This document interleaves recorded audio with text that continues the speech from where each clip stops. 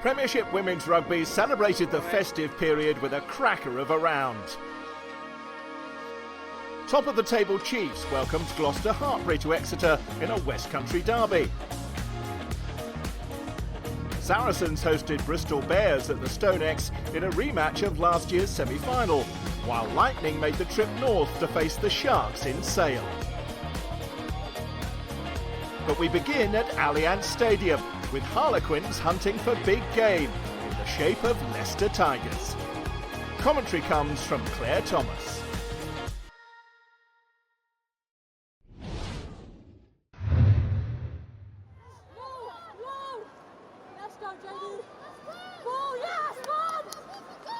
This has been a work-on of theirs.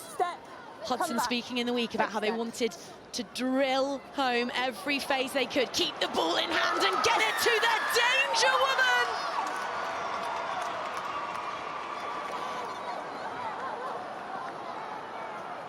Tarani's carry, and this now Leany, the Wallaroo, in support. Calendar placed that back excellently. Powell out, try time! Claudia Pena scoring at the Allianz Stadium in Twickenham to strike right back for the hosts. Maul. Clean line out ball, Maul rumbling, ball crashing down.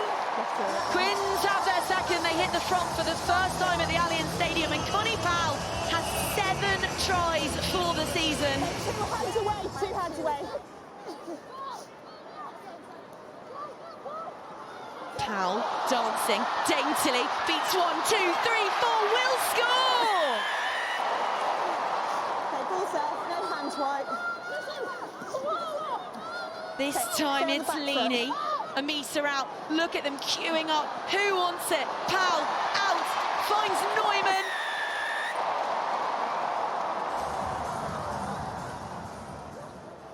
Knock on. Scrum advantage.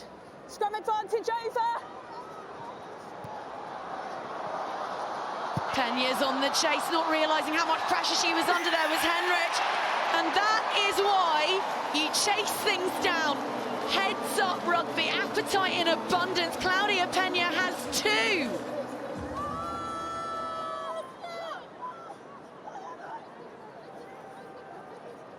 Ball's out. Ralph finding Jones. This time there are bodies there, but Jones on an arcing run, popping it out and onto Henrich. And it's taken 50 long minutes for Tigers to have their second, but they do. Just inside. Gareth Phillips' first job, ball in hand, is to throw that onto Sarah Bonner, and just like that they've gobbled up 5 metres as the Quins fans start to make themselves heard, but so too do the Tigers ones. There are boos and cheers, but most critically there is a red pack lurching towards and over the whitewash, and Gareth Phillips will score before thousands in Twickenham.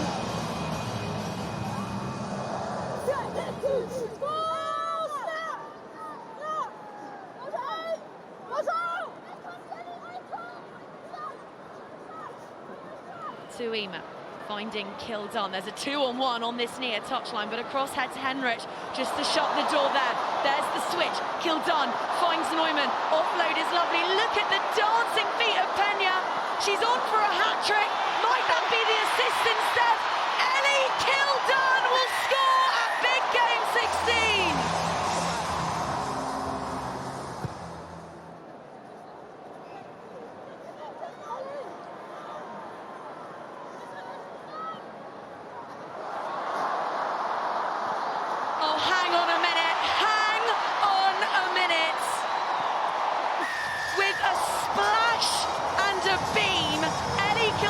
Reaches into her hat and pulls out another one of her seemingly endless supply of rabbits.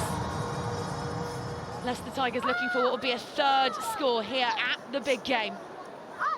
They opened the scoring, they want to have the final say to Maxwell. Finds Sangapolo Sanele, hand up, ball down, that's the score, that will mean the world. Full time in the big game. Harlequins 42, Leicester Tigers 17. we've just all become together and like one massive family. There's a lot of cohesion and a lot of effort that's gone into it. Like our defence is one of the things we credit, and Leicester really did test that today. But yeah, that's one thing we're really going after, and the heart that this team has is what I think is setting us difference to everyone else.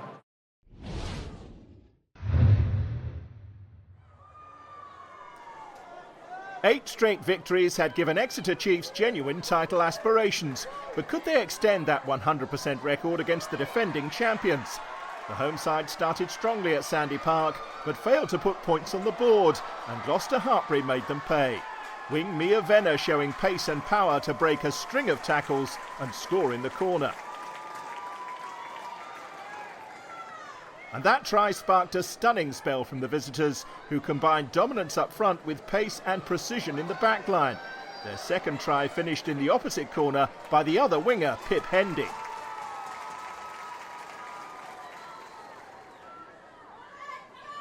Gloucester Hartpury were well on top and pressed home their advantage with another quick score.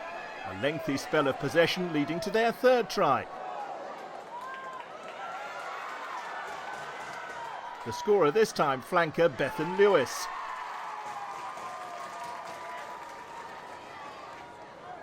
With the Chiefs in disarray, the Circus stretched their lead further before half-time. They wrapped up the try bonus point when Hendy scored her second of the game. The job made easier when Exeter fly half Liv McGovern stopped playing. Referee Joe James awarded the try. And just before half-time, the home defence was breached for the fifth time, as Venner jogged in under the post to keep pace with her fellow winger. 29-0 to Gloucester Hartpury at half-time. There was no let-up in the onslaught after the interval. If the Gloucester backs had delivered in the first half, this was all about the forwards. A relentless rolling maul finished by hooker Neve Jones. With the outcome surely settled, both teams turned to the bench, and Exeter finally managed to get on the scoreboard. Flanker Maddie Feonati with the try from a driving maul. At last, something for Sandy Park to cheer. But not for long, as Gloucester Hartpury responded with their seventh try.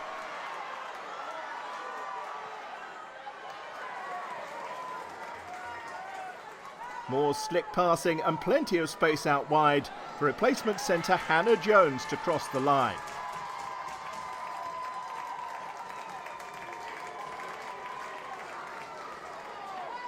The final word in a lost cause went to Exeter as prop Charlie Jacobi muscled over. But it didn't change a statement win for the title holders, now firmly back in the race for this season. Final score, Chiefs 12, Gloucester Hartpury 41.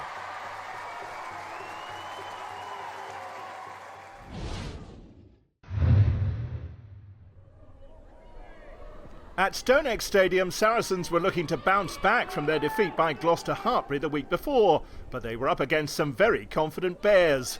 Bristol had won 4 games in a row and took an early lead when Ronita Marston-Mulhern muscled over. And the visitors added to that flying start with a second try after just 10 minutes as their forwards continued to dominate. After centre Phoebe Murray almost found a way through, skipper Abby Ward was on hand to finish the job. Despite having Zoe Harrison in the sin bin, Saracens found the quick response they needed. A line-out drive finished by May Campbell to cut the deficit to 7 points. It was the flanker's 9th try in 9 games.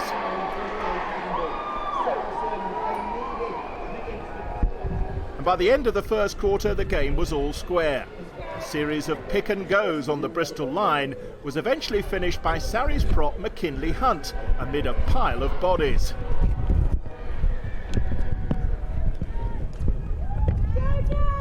After a chat with his assistant, referee Owen Taylor confirmed the try.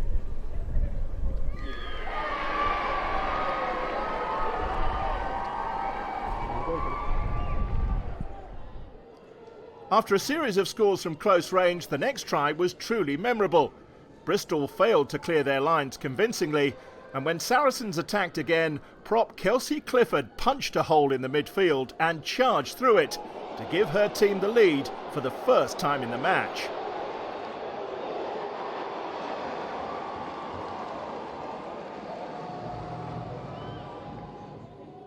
Bristol continued to have the edge in the set piece and they hit back before half-time. A rolling maul steered home by Lark Atkin-Davis, and Saracens' lead was just 2 points at the break.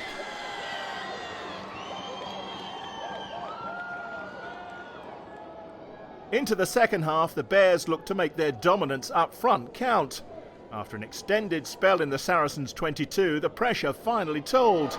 Fullback Jasmine Joyce Butchers raced in, and Bristol were back in front.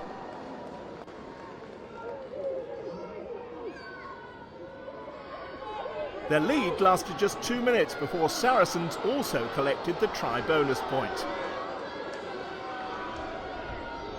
A 5-metre scrum was impressively defended by Bristol, but eventually the ball was worked out wide for a special moment for Zoe Harrison, who marked her 100th appearance for the club by diving over in the corner.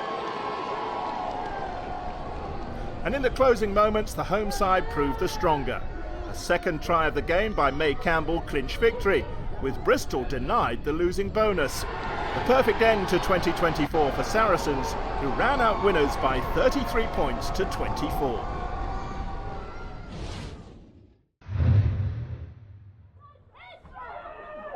A meeting of two teams anxious to end 2024 on a high note. Lightning on a run of 3 straight defeats, and the Sharks without a victory all season. The visitors were soon into their rhythm, and after 6 minutes, hooker Catherine Tredder finished a driving maul for Loughborough's first try. After that, the Lightning charge was led by one player. Canadian winger Chrissy Scurfield began the move with a break up field and was there to finish it from close range.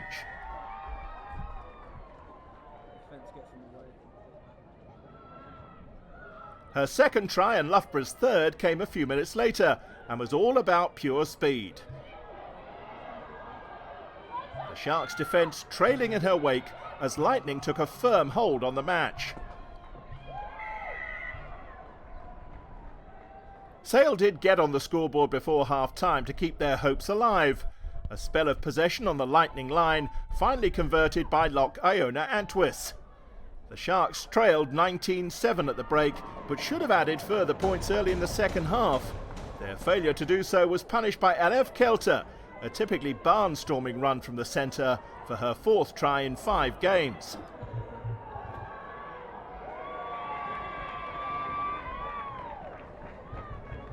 Lightning with the try bonus point and soon further ahead. Another impressive line-out drive setting up Tredder's second try of the match.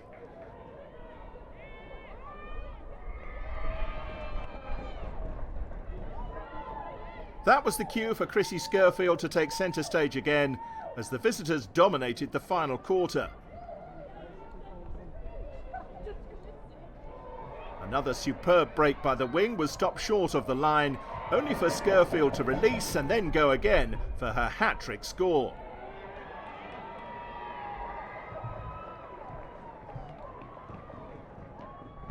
The tries kept coming for Lightning. Next, Scottish prop Christine Belle-Isle, just off the bench, found a gap and charged over.